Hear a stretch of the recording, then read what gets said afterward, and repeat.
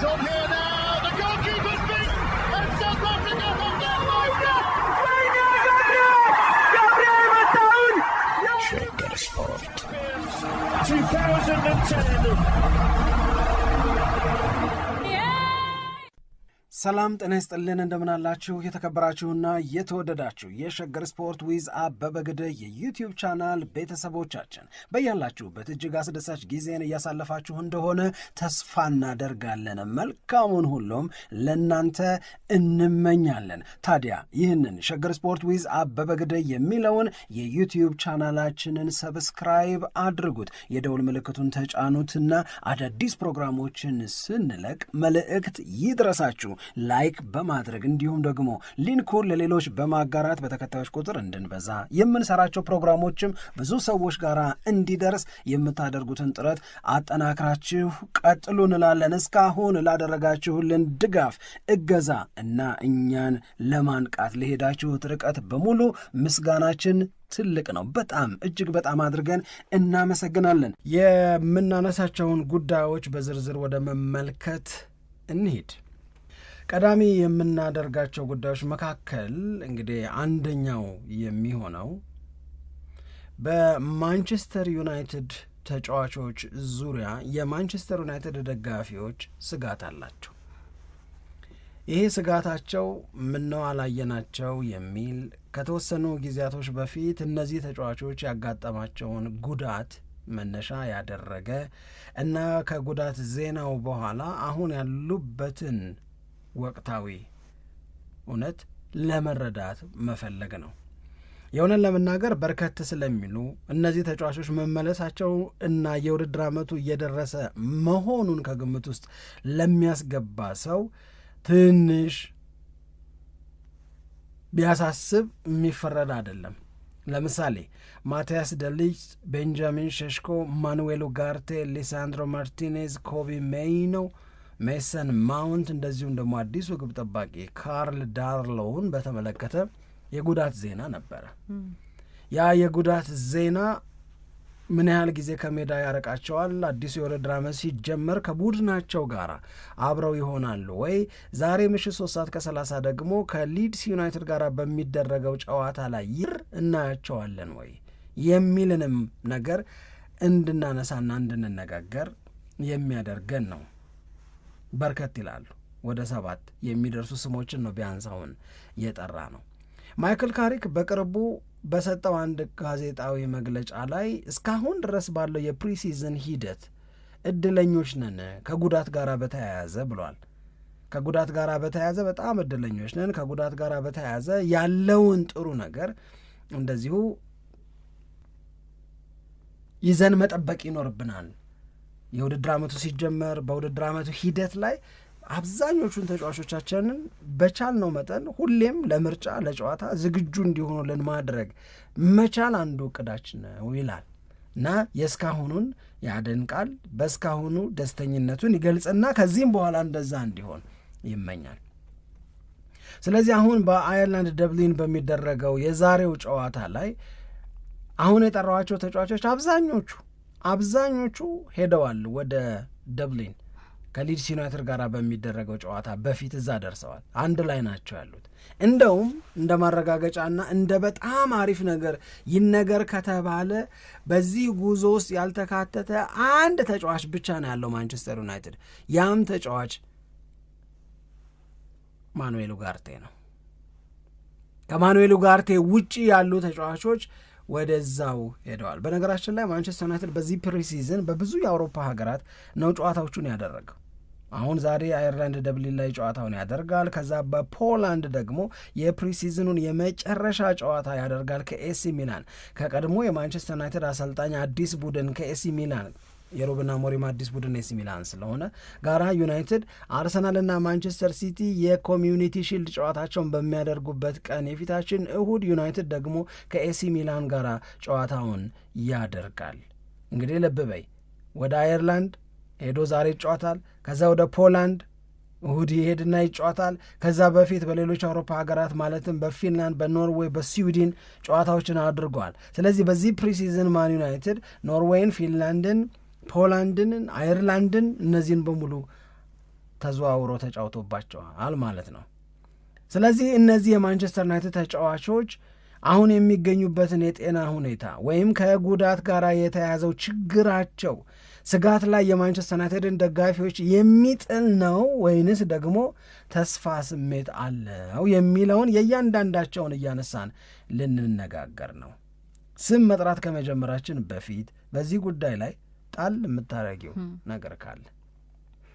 አይ የማንቸስተር ዩናይትድን ጉዳይ በተመለከተ በተለይ የቡድኑ አባል በቃ የሆኑት ማለት ነው አዳዲስ ከሚጨመሩት ከምንጠብቃቸው ዝውውሮች ውጪ ያሉት ተጫዋቾች በምን ሁኔታ ላይ ነው የሚገኙት የሚለውን ማወቅ በጣም የሚያስፈልግበት ጊዜ ይመስለኛል አሁን። ምክንያቱም ከዝውውር ጋር በተያያዘ የሚሰሙት ነገሮች ከጊዜ ወደ ጊዜ ተጫዋች እንደሚያስፈርም ወደ እርግጠኝነት ያዘነበለ ሀሳብ ቢኖረንም ግን ከሁሉም በላይ ደግሞ የቡድኑ ተጫዋቾች ያላቸው የጤንነት ሁኔታ የበለጠ በቃ ጥሩ መሆኑን ማወቅ ለደጋፊዎች ረፍት የሚሰጥ ይመስለኛል። ምክንያቱም ባልተረጋገጠው ነገር ላይ የበለጠ ትኩረት ከመስጠት ይልቅ ያሉት ተጫዋቾች የሚሰጡት አገልግሎት ላይ ትኩረት ማድረግ የሚበጅ ስለሚመስለኝ ነው። ለማንኛውም እነዚህ ተጫዋቾች አሁን ሲጠበቁ የነበሩ ናቸው። ለምሳሌ ማቲያስ ደላይትን በተመለከተ የማንቸስተር ዩናይትድ ደጋፊዎች ብዙ ጊዜ ግራ እንደገባቸው ይናገራሉ። ለእኛም ለዝግጅት ክፍላችን የሚሰጡት አስተያየትን ስናነሳ ነበረ። ድንገት ነው በቃ ከአንድ ጨዋታ በኋላ ይመለሳል የተባለው ጨዋታ ሲያቋርጥ ማለት ነው። ከዛ ግን በሚቀጥለው ሳምንትም አልመጣም። 1-2 ሳምንት ተባለ። ከዛም የለም 1 ወር የለም። በቃ እስከ ውድድር አመቱ መጨረሻ ድረስ ሳይመለስ ቀረ። ደግሞ ማቲያስ ዴላይት ጥሩ አገልግሎት እየሰጠ የነበረበት ጊዜ ነው። እንደማስታወሰው ከመጎዳቱ በፊት ከማዝራዊም ጋር ያላቸው ጥምረት በጣም አሪፍ የሆነበት እና በቃ የማንቸስተር ዩናይትድን የመከላከል ሁኔታ በተቀናጀ ሁኔታ እየሰሩ የነበረበት ወቅት ነው። ግን የእሱ አለመምጣት በቃ በጣም ረጅም ጊዜ ሆነ። ከዛ የማንቸስተር ዩናይትድ የመከላከልም ጉዳይ ብዙ አስተያየቶች እንዲሰጡበት ሆነ። በወጣት ልጆች ብቻ እንዲመራ የተገደደበትም አጋጣሚ ነበረ። ሄቨንና ዮሮ ተጣምረው አገልግሎት የሰጡበት ጊዜም ነበረ እና አሁን የዚህን ተጫዋች መመለስ የማንቸስተር ዩናይትድ ደጋፊዎች በጣም በጉጉት ይጠብቁታል ብዬ ነው ማስበው።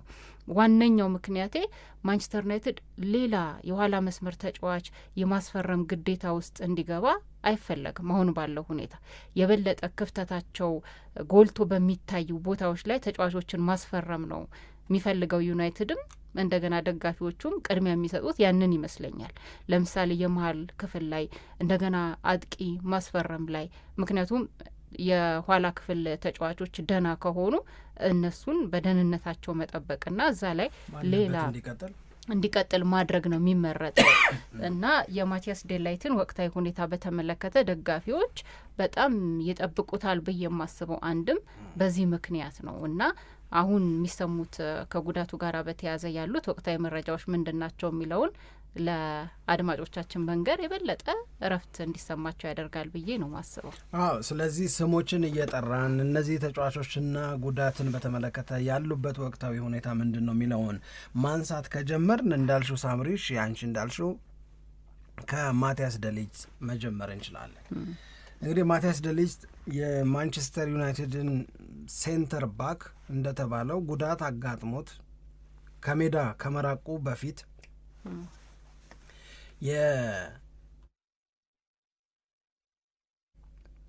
የማንቸስተር ዩናይትድ ደጋፊዎች ከሚመኩባቸው ተጫዋቾች መካከል ከሚመኩባቸው ተከላካዮች መካከል አንዱ መሆን ችሎ ነበረ። የሆነን ለመናገር ቅድም እንዳልሽው ኮንሲስተንትሊ ጥሩ የሚባል አገልግሎትን እየሰጠ ነበር እና ያን ኮንሲስተንሲ ይዞ እንዲዘልቅ ይመኙ ነበረ። ሁለተኛው ምክንያት ግብ ጠባቂዎቹ ኦናና እንደዚሁም ደግሞ አሁን ወደ የተሸኘው ሁለተኛው ግብ ጠባቂ ማለት ነው አልታይ ቤናይድር፣ እሱም እንደ ልባቸው ስለሆነ የሚሳሳቱት የነሱ መሳሳት እንዳይፈጠር ሊያደርጉ ከሚችሉ የዩናይትድ ተጫዋቾች መካከል አንዱ ቢያንስ መቀነስ ዩናይትድ በደንብ ነበር ጎል ኮንሲድ ያደርግ የነበረው። ስለዚህ ያ የማንቸስተር ዩናይትድ ደጋፊዎች ላይ ፈጥሮ የነበረውን የመማረር የመሰላቸት ዩናይትድ በጣም በሚያሳዝንም በሚያስቆጭም መንገድ የተበላሹበት ውጤቶች እዛ አካባቢ በሚሰሩ ስህተቶች ናቸው። ወይ ተከላካዮቹ ስህተት ይሰራሉ፣ ወይ በረኞቹ ስህተት ይሰራሉ። እንዲህ ያለውን ነገር በመቀነስ ረገድ የነበረውን አስተዋጽኦ እናስታውሳለን። የአየር ላይ ኳሶች ላይ በጣም ጎበዝ ነበረ ማቲያስ ደ ሊግት። ስለዚህ ይሄ ልጅ አሁን ወደ አየርላንድ ከተጓዘው የማንቸስተር ዩናይትድ ተጫዋቾች መካከል አንዱ ሆኗል ሲባል የጀርባ ህመም እንደነበረ፣ ህመሙ ሰርጀሪ እንደተሰራለት፣ ከሰርጀሪው በኋላ ሪከቨር እያደረገ እንደሆነ፣ ሪከቨር እያደረገ ባለበት ጊዜ ወደ አየርላንድ መሄድና የውድድር ዓመቱ ደግሞ ሊጀመር መሆኑን ስታስቢው አንዱ ልጅ እየተመለሰ ነው ማለት ነው። አንዱን ልጅ ለአገልግሎት ማንቸስተር ዩናይትድ ዝግጁ እያደረገ ነው። ያ አንዱ ልጅ ማቲያስ ደ ሊግት ነው። ስለዚህ ይሄ ሆላንዳዊ የሆነን ለመናገር ሪካቨሪው በጣም በጥሩ ሁኔታ እየሄደለት እንደሆነ፣ ከ3 ወር በፊት የተሰራው ሰርጀሪ እና ከዛ አገግሞ ለጨዋታ ዝግጁ መሆን የቻለበት አጋጣሚ ተፈጥሮለታል። ነገር ግን ይሄ ማለት ማንቸስተር ዩናይትድ ከሃል ሲቲ፣ ማንቸስተር ዩናይትድ እያን ዛሬ ከኤሲ ሚላን ከሃል ሲቲ እያልን ቀጣጥለው በሚመጡት የውድድር ዓመቱ የመጀመሪያ ጨዋታዎች ላይ ካሪክ የመጫወትን ዕድል ይሰጠዋል ተብሎ ግን አይጠበቅም። ታዲያ የማይጫወት ከሆነ ለምን ወደ አየርላንድ ሄደ ሲባል ማንቸስተር ዩናይትድን በተመለከተ ምናልባት በቅርቡ ከምንሰራቸው ፕሮግራሞች መካከል አንዱ የሚሆነው ፕሪሲዝን ላይ አንዱ የካሪክ እና የማንቸስተር ዩናይትድ እቅድ በቡድን ጓደኛሞች መካከል በማንቸስተር ዩናይትድ ተጫዋቾች መካከል የሚፈጠር ቲም ቦንዲንግ የሚባል አለ። የእርስ በርስ ግንኙነታቸውን ጥሩ ማድረግ፣ ቲም ስፕሪቱን ማሻሻል፣ በጋራ ሀሳብ በጋራ ጠንካራ የሆነ አቋም ማንቸስተር ዩናይትድ የሚፈልገውን ነገር ሴክሲድ እንዲያደርግ መስራት ነው። የዛ አካል መሆንም ጭምር ስላለባቸው ነው የማንቸስተር ዩናይትድ ተጫዋቾች ወደ አየርላንድ ደብሊን የጉዞ አካል የሆኑት። ግን በር ላይ ነው። ይሄ ነው የሚገልጸው። ማቲያስ ደ ሊግት በር ላይ ነው፣ ሊመለስ ነው። ቤንጃሚን ሼሽኮን ማየት እንጓጓለን። ሼሽኮ በዘንድሮ የውድድር ዓመት በእጅጉ ተሻሽሎ የማንቸስተር ዩናይትድንም የማጥቃት አቅም በአስተማማኝ ሁኔታ ይመራል የሚለው የዩናይትድ ደጋፊዎች የበዛ እምነት ነው። ቤንጃሚን ሼሽኮ ያለፈው የውድድር ዓመት ማብቂያ ላይ የነበረው ውጤታማነት እና ራሱን በአካላዊ ብቃት አጠንክሮ የተመለሰበትን ፒክቸር ያዩ ሰዎች ይሄ ልጅ ዘንድሮ የሚቀመስ አይነት አይሆንም ብለው እንዲያስቡ ብለው እንዲናገሩ አድርጓቸዋል። ስለዚህ የማንቸስተር ዩናይትዱ አጥቂ ቤንጃሚን ሼሽኮ እስካሁን ድረስ ማንቸስተር ዩናይትድ በሚያደርጋቸው የፕሪሲዝን ጨዋታዎች ላይ የተጫወተ አላየ ነው። በካሪንግተን ግን ሪከቨሪውን ወይም ለማገገም ለውድድር ዓመቱ መክፈቻ ለመድረስ ለማንቸስተር ዩናይትድ ዳግም ወደ ሜዳ ገብቶ አገልግሎት የሚሰጥ ለመሆን በካሪንግተን እየሰራ ቆይቷል። አሁን በቀደም ከፒኤስጂ ጋር ሲጫወቱ እናየዋለን የሚል ተስፋ የነበረ ቢሆንም አልተሳካም። አሁን ግን ደርሷል። ፈርጣማውን፣ ረጅሙን፣ ሎጋውን፣ መለመለውን ቤንጃሚን ሼሽኮን ማንቸስተር ዩናይትድ ይዞ ወደ ሜዳ የሚገባበት እድል በጣም ሰፊ ነው። ለዛሬ ይደርሳሉ ከሊድስ ዩናይትድ ጋር ሪስክ የሚወስድበት አይደለም። ከሊድስ ዩናይትድ ጋር የሚደረገው ጨዋታ ለማንቸስተር ዩናይትድ የቁብ ነገር አይደለም፣ የወዳጅነት ጨዋታ ነው። ስለዚህ በደንብ ማገገማቸውን ማረጋገጥ ነው። ነገር ግን 100% ማረጋገጥ የሚቻለው ቤንጃሚን ሼሽኮ ዝግጁ ነው። በጣም አሪፍ ሰራ ያሰማ ምናምን ይሉኛል። በጣም አሪፍ ነው። ምናልባት ዩናይትድ እንዳልክ ትጅ ማኑኤል ኡጋርቴ ነው። እሺ ለማንኛውም በ2026/27 ማንቸስተር ዩናይትድ ከአንድ ተጫዋች ከፊት መስመር አጥቂ ብዙ ጎል የሚያገኝበት የውድድር ዓመት ይሆን ወይ? ይህንንም የምንጠብቅበት ነው። እኔ ከሼሽኮ ብዙ የሚጠበቅ ይመስለኛል። ይሄኛውን መጠበቃችንን የበለጠ ሰፊ የሚያደርግልን ያለፈውን የውድድር ዓመት ያጠናቀቀበት ሁኔታ ነው። በጣም በምቾት ውስጥ ሆኖ ነው ከማይክል ካሪክ ጋራ የውድድር ዓመቱን ያጠናቀቀው። ካገባቸው አብዛኞቹን ጎሎች ያገባው የውድድር ዓመቱ ሊጠናቀቅ ሲል በነበሩ ጨዋታዎች ነው እና ካቆመበት ይቀጥላል ብለን ተስፋ እናደርጋለን። ወይንም ደግሞ ብሶበት ይመጣል ብለን ነው የምናስበው ሼሽኮ እና ምናልባት ማንቸስተር ዩናይትድ ከረጅም ጊዜ በኋላ ከፊት መስመር ተጫዋች በአንድ የውድድር ዓመት 20 ወይንም ከዛ በላይ ጎል የሚያገኝበት የውድድር አመት ይሆን ወይ የሚል ሀሳብ እንዳስብ አድርጎኛለን። የሼሽኮን የልምምድ ሁኔታ እንደዚሁም ዝግጁነት ሳይ እኔ አሁን ይሄንን ራሱን የቻለ ርዕስ አድርገን ልንነጋገርበት እንችል ይሆናል። ግን የማንቸስተር ዩናይትድ አንድ ተጫዋች 20+ ጎል ማግባቱን አይደለም እኔ ዊሽ ማረገው።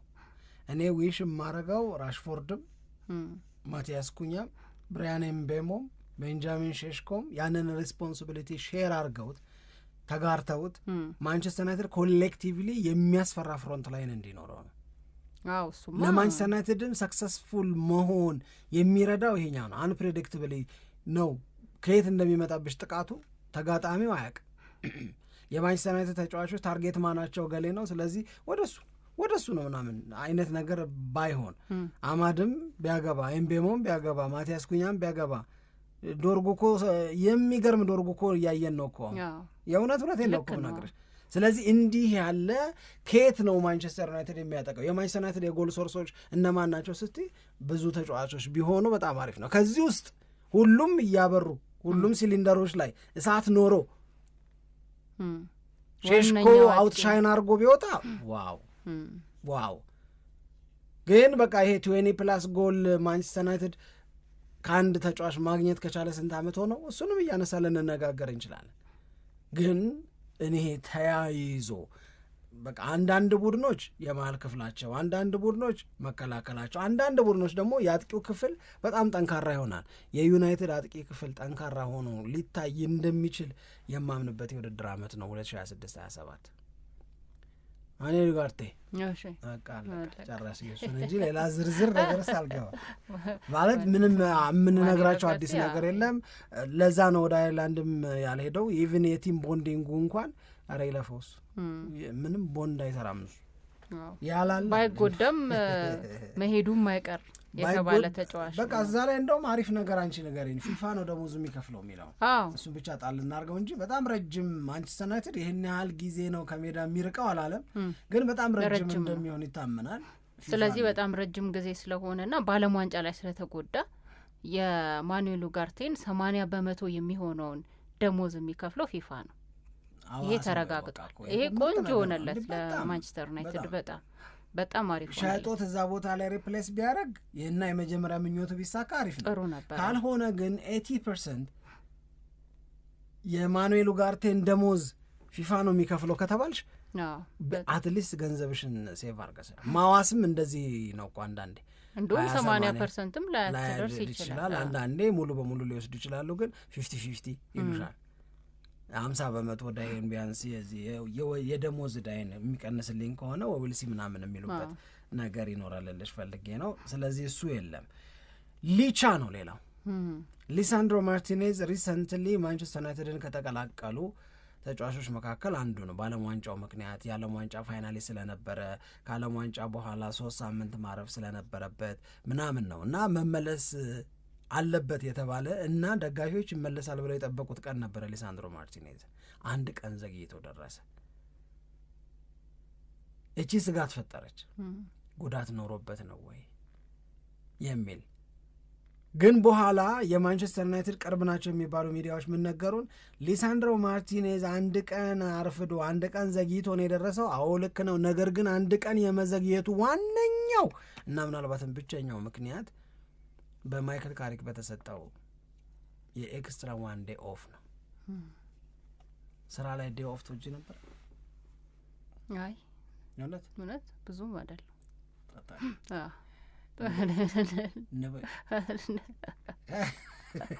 ለሊቻ ግን ይገባል። ምክንያቱም እስከ ዋንጫው ድረስ ነው የቆየው። በነገራችን ላይ ለሰው ሁሉ ይገባል። አይ እንደው አሁን ካነሳ ነው አንጻር ነው ለመሰለሽ የሚገባው በማዘን ምናምን እንዳይመስልሽ። የእውነት ነው የምነግርሽ፣ ፕሮዳክቲቪቲን ይጨምራል ማረፍ። የእውነት ነው የምነግርሽ። በአዲስ አንዳንድ ስጋ ቤት አይተሻል? አዲስ መልክ ስራ ጀምረናል ይልሻል። እሺ በየአይነቱ ነው ያበላሽ። በጾም ሲሆን እና ትቀያይራለህ። እሺ ስለዚህ ዝግጁ ነው ሄዷል። እሱ ከዚህ ከረፍቱ ጋራ ነው እንጂ ከጉዳት ጋራ የተያዘ ነገር አይደለም። ለሰጉ ሰዎች ይህንን ለመናገር ነው። ምናልባት አሁንም እንዳልኩሽ የመጀመሪያዎቹ ቀናት ላይ ላያስገባው ይችላል። የበለጠ ይረፍ ከተባለ ለኢንጁሪ ኢሹ ላይ በጣም ኪዩሪየስ ከሆነ የቀደመው የአንደኛ ብዙም አላረፈ ማለት ይቻለች። ለማንቸስተር ዩናይትድ በደንብ አገለገለ። ከዛ አርጀንቲና ፋይናሊስት ሆነች፣ እዛም ተጫወተ። ከዛ እንደዛ እያለ ነው የመጣውና የቀደመውን የጉዳት ታሪኩንም ከግምት ውስጥ በማስገባት ልዩ ጥንቃቄ ለማድረግ ካልሆነ በስተቀረ የሊሳንድሮ ማርቲኔዝ ጉዳት ያን ያህል የሚያሳስብ አይደለም። ኮቢ ሜይኖ ጉዳት አጋጥሞት ነበረ፣ የጀርባ ጉዳት ነው ያጋጠመው። ምንም ችግር የለም። ኮቢ ሜይኖም ሬዲ ነው። ኮስተር ያለ ግንባሩን የሚያፈራረቀው ኮቢ ሜይኖ አይተሻል። ግን የቲፒካል ጎረምሳ ደንበኛ ጎረምሳ ማንዳናው ማለት የጀመረ ጎረምሳ አለ ቤት ውስጥ አለ። ምን አድርገ ነው የምትሉኝ የሚል እንደዛ ነው የሚመስለኝ እኔ። ሜሰን ማውንት አታስቡ፣ እኔ ይበቃኛል። እሺ፣ ስለዚህ ምንም ነገር አታስቡ። መልካም ዜና ለዩናይትድ ደጋፊዎች፣ ከማኑኤል ኡጋርቴ ውጪ ምንም የሚያሳስብ ነገር የለውም። እሺ፣ ቸር ያሰማ የሚሉ በጣም ፈልጋለሁ። አዎ፣ እስቲ አስተያየቶቻቸውን ይላኩ። በጣም አሪፍ ነው። ይገባኛል በዚህ ሰዓት ላይ ጻፉ። አሁን በደረሰን ዜና ብዬ መልሳል። የጉዳት ዜና አለ። እሺ፣ አይ በዚህ ሰዓት የማንቸስተር ዩናይትድ ደጋፊዎች ያው የሚጠብቁት የዝውውር ጉዳይ እንዳለ ሆኖ ግን ደግሞ በማንቸስተር ዩናይትድ ተጫዋቾች ውስጥ ያለው ወቅታዊ የጤንነት ሁኔታ ምን ይመስላል የሚለውን ማወቅም ደግሞ በጣም የሚፈለግ ነገር ነው። አሁን የልምምድ ሜዳ ላይ ያሉ ቪዲዮዎች፣ ፎቶግራፎች እንደዚህ ሲወጡ ሳይ ነበር እኔ። አሁን ማቲያስ ደላይትን ሳየው በጉዳት የከረመም አይመስልም። እውነት ለመናገር የአካል ብቃቱን በጣም አሪፍ ነው፣ ጥሩ ነው።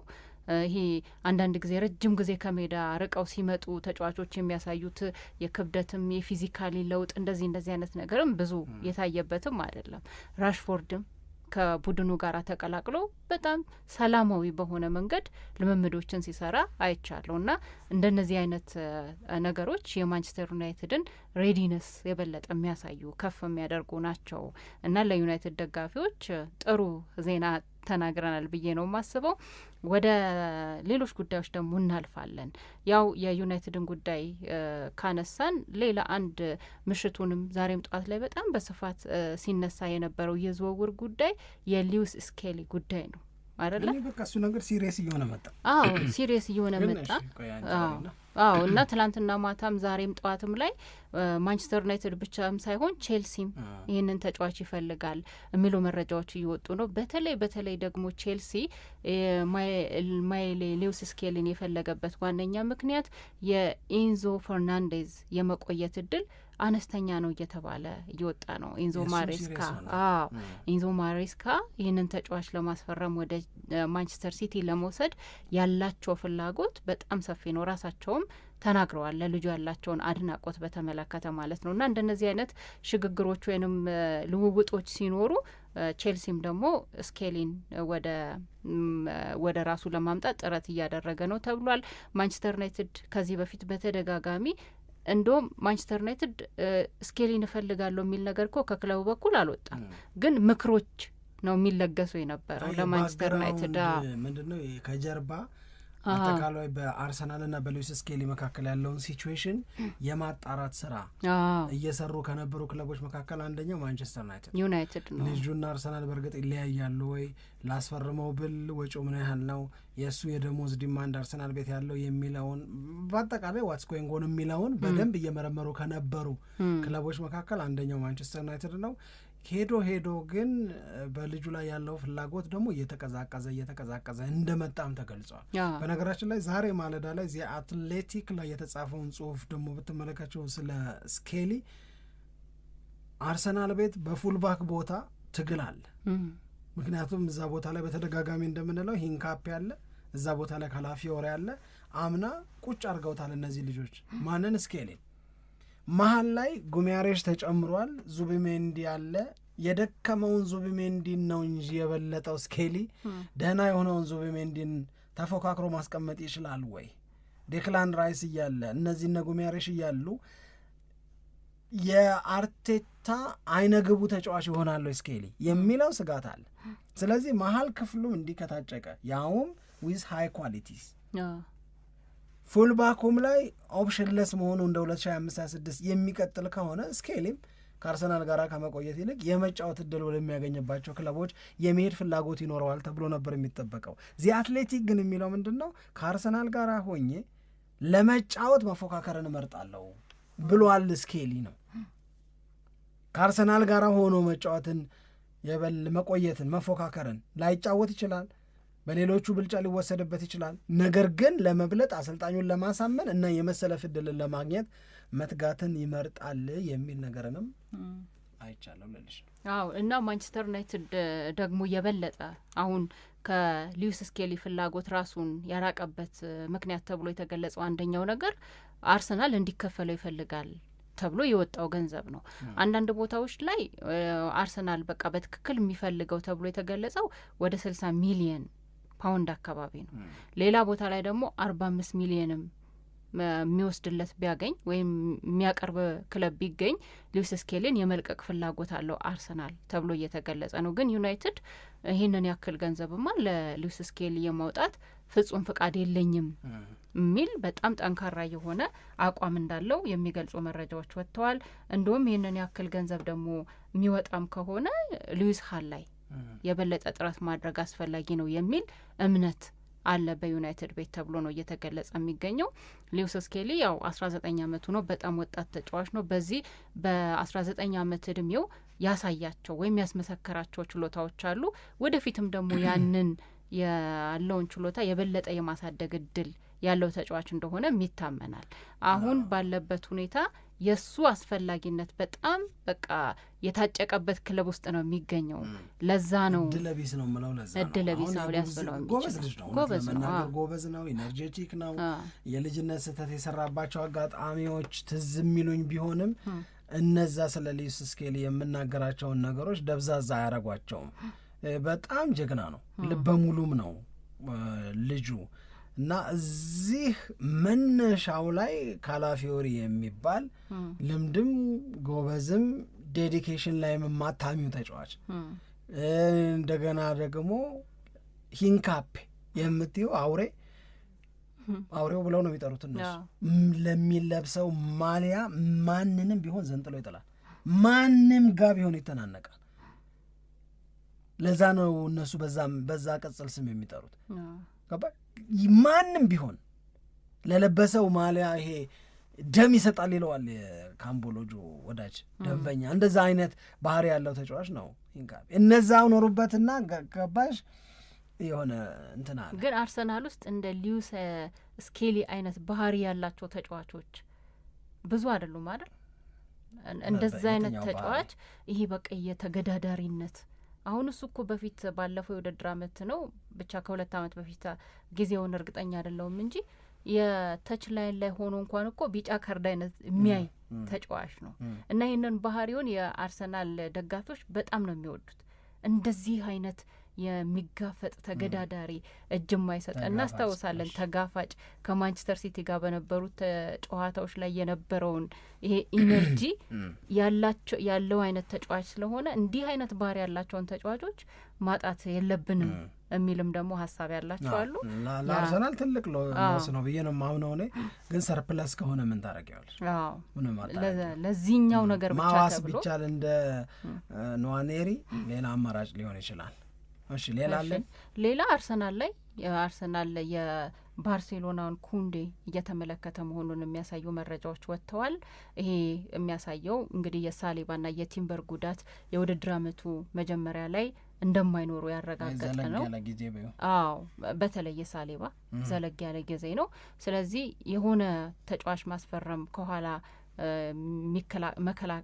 ተከላካይ ማስፈረም ይፈልጋሉ ተብሏል። እና የመጀመሪያ ምርጫቸው የነበረው በአርሰናል በኩል ከአስቶን ቪላ ኮንሳን ማስፈረም ነው የነበረው። ግን ለሱ የሚጠራው ገንዘብ በጣም ከፍ እያለ ስለመጣ ሌሎች ተጫዋቾችን መመልከት ጀምረዋል። እና በዚህ ሊስት ውስጥ ካካተቱት ተጫዋቾች መካከል ደግሞ የባርሴሎናውን ጁሊየስ ኩንዴን እንደሆነ መረጃዎች አይቻለሁ። በተለይ ባርሴሎና ሮድሪን ለመግዛት አሁን የተወሰኑ ተጫዋቾችን መልቀቅ ይፈልጋል። ሮድሪን ብቻ ሳይሆን አልቫሬዝንም ለማስፈረም የተወሰኑ ተጫዋቾችን መልቀቅ ይፈልጋል ተብሏል። ከነዛ ውስጥ መካከል አንደኛው ይሄ ተጫዋች ሊሆን ይችላል ተብሎ ነው የተገመተው። አርቴታም ለዚህ ተጫዋች ያለው ፍላጎት በጣም ከፍ ያለ እንደሆነ እየተገለጸ ነው። ግን ያው አሁን ባለው ሁኔታ የአርቴታን ፍላጎት እንደዚሁም ደግሞ አርሰናል ልጁ አሁን ባለው የቅድመ ዝግጅት የውድድር ጊዜ ላይ እያደረገ የሚገኘውን ሁኔታ ወይም ዝግጅት እና የእሱን በቃ ወቅታዊ ፊትነስ የበለጠ ለማጥናት ጥረት እያደረጉ ነው። ከፍላጎቶቻቸው መካከል አንደኛው ተጫዋች መሆኑን የሚገልጹ መረጃዎች ወጥተው እያየን ነበረ። ይሄ እንግዲህ ምን ያህል ወደፊት ይጓዛል የሚለውን እንደገና ደግሞ እናያለን። መልካም፣ በጣም አሪፍ ሀሳቦች ናቸው እየተነሱ ያሉት። እንደ መጨረሻ ለዚህኛው ምዕራፍ እንደ መጨረሻ የሚነሳው ጉዳይ የሚሆነው ዛሬ ምሽት በአስቶን ቪላ እና በፓሪስ ሰን ዠርማ መካከል የሚደረገው የአውሮፓ አሸናፊዎች አሸናፊ ጨዋታ ነው። በይሄ ጨዋታ ነው የሚያጓጓሽ ወይስ ሶማሊያዊውን ዳኛ ከጨዋታ በፊት በስቴዲየም ውስጥ ጉብኝት ሲያደርግ ራሱን ሲያዘጋጅ ያየሽበት ደስታ ነው ትኩረትሽን የሳበው እንጂ? ከጨዋታው በላይ ትልቁ ርዕስ ሆኖ አይቼዋለሁ። እኔ አርታን የተባሉት ሶማሊያዊ ዳኛ በጣም ትልቁን ትኩረት ወስደዋል። ማን ነው ደግሞ እሱ እንዳይሉ አንድ ደቂቃ እስኪ እኚህ ወደ አሜሪካ እንዳይገባ የተከለከለው ዳኛ ነው። በጣም ወጣት ስለሆነ አንተ እያልኩ ልከትል ብዬ ነው አንቱ ካልኩ በኋላ ሙያውን ነው እሱ ሰውየው ግለሰቡን አይደለም እኮ እንደዛ ነው ብለን በቃ አገኘዋ። እኔ ደግሞ ለማንኛውም ለማስታወስ ያህል አርታን የሚባለው ዳኛ በ2026 የዓለም ዋንጫ ፊፋ ከመረጣቸው የመሀል ዳኞች መካከል አንደኛው ነበረ። ይሄ የመሀል ዳኛ ወደ አሜሪካ ጉዞ አድርጎ አሜሪካ ከደረሰ በኋላ ግን ወደ አሜሪካ ዘልቆ መግባት እንዳይችል እየተከለከለ በወቅቱ በጣም በጣም በጣም አነጋጋሪ የነበረ ትኩረትንም በከፍተኛ ደረጃ የሳበ ሰው ነበረ። አርታን የሚባለው ሶማሊያዊ ዳኛ በእግር ኳስ ዳኝነት ብዙ የለፋ ለመጀመሪያ ጊዜ ዓለም ዋንጫ ላይ ጨዋታን ያጫወተ ሶማሊያዊ ለመሆን የነበረውን እድል አሜሪካ የወሰነችው የአትገባም ውሳኔ ያጨናገፈበት፣ ያንን ተከትሎ በጣም ከፍተኛ ተቃውሞ የተንጸባረቀበት፣ ወደ ሀገር ወደ ሶማሊያ ደግሞ በሚመለስበት ጊዜ የጀግና አቀባበል የተደረገበት በጣም የሚገርም ጊዜ የነበረው። አዝኗል ታሪክ የመስራት አጋጣሚውን በማጣቱ። ወዲያው የአውሮፓ እግር ኳስ ማህበር ዛሬ የሚደረገውን ጨዋታ አንተ እንድታጫውት አደርጋለሁ፣ ከዚህ በፊት ማንም የሌላ ከአህጉሩ ውጭ የሆነ ሰው ይህንን የአውሮፓ አሸናፊዎች አሸናፊ ጨዋታ አጫውቶ አያውቅም። ስለዚህ እዚህ ጋር ታሪክ መስራት አጋጣሚን አሜሪካ ብትከለክልህም ፊፋ ያንን ማስፈጸም አቅቶት ተልፈስፍሶ ያንተ ህልም የተጨናገፈ ቢመስልም ሌላ የተለየ ታሪክ ትሰራለህ ብሎ ነው የአውሮፓ እግር ኳስ ማህበር ሁኔታውን ያመቻቸው። ከካፍ ጋር ተነጋገሩ። ዳኛውም በጣም ደስተኛ ነኛል እና ደስታው ደግሞ ይታያል። ከጨዋታው በፊት ምልሽ ሉዊስ ኤንሪኬ እንደዚሁም ደግሞ የአስቶን ቪላው አሰልጣኝ ኡናይ ኤምሬ የሚናገሯቸው ነገሮች ለጨዋታው ማን ያሸንፍ ይሆን ፒኤስጂ ምናምን እኔ ብዙም እውነት አይደለም ማውራው እኔ ብዙም አይስበኝም ጨዋታው ያን ያህል ዋው ዛሬ ምናምን የምለው አይደለም። በቃ ለእነሱ የፕሪሲዝኑ አካል አድርጌ ነው ወስዱ ገባሽ። ገናነት አለው። አሁን ለምሳሌ የፕሪሲዝን ተዘጋጅተው የውድድር ዓመቱ ተጀምሮ የመጀመሪያዎቹ ጨዋታዎች ላይ እኮ አንተ እኔ እንደጠበቅኩት አይደለም መገሌ ምናምን እኮ ልትይ ትችያለሽ። ገናነት ሁሉንም ይጎበኛል። አንዳንዱ በጣም አሪፍ ሆኖ ሊጀምር ይችላል፣ ግን ገናነት ነው የሚጠበቀው። በዚህ ምክንያት ከጨዋታው በላይ እኔን የሳበኝ የመሀል ዳኛው የአርታን ጉዳይ ነው እና የአውሮፓ ቻምፒዮንስ ሊግ አሸናፊውን ፒኤስጂ፣ የዩሮፓ ሊግ ሻምፒዮኑን አስቶን ቪላን፣ በአጠቃላይ የአውሮፓ አሸናፊዎች አሸናፊን ጨዋታ በመምራት የመጀመሪያው አፍሪካዊ አርታን ሶማሊያዊው ዳኛ። ታሪክ ማለት ይሄ ነው። በጣም በጣም አሪፍ ነው። እንዲህ ብለን ብንደመድመውስ የመካስ ጊዜ ይመጣል። እውነቴን ነው የምነግርሽ። ያጣሻቸው እድሎች ሊኖሩ ይችላሉ። የተበላሹብሽ ብዙ ነገሮች ሊኖሩ ይችላሉ። እነዛ ነገሮችን ባጣሽ ወይም በተበላሹብሽ ጊዜ የምትገቢባቸው የተስፋ መቁረጥ ስሜቶች ይኖራሉ። ተስፋ መቁረጥን ተከትሎ ደግሞ አንዳንዴ ወጣትነት በችኮላ የምንወስናቸው ልክ ያልሆኑ ውሳኔዎች ደግሞ ይኖራሉ አይደለ? በህይወታችን ላይ የመካስ ጊዜ እንደሚመጣ እናስብ ለማለት ነው። በጣም እናመሰግናለን። አድማጮቻችን አብራችሁን ሆናችሁ ፕሮግራማችንን እያደመጣችሁ ስለሆነ በያላችሁበት ጥሩ ጊዜ እንመኛለን። It's on here now. The goalkeeper's beat, and South Africa have done Shredder Sport 2010.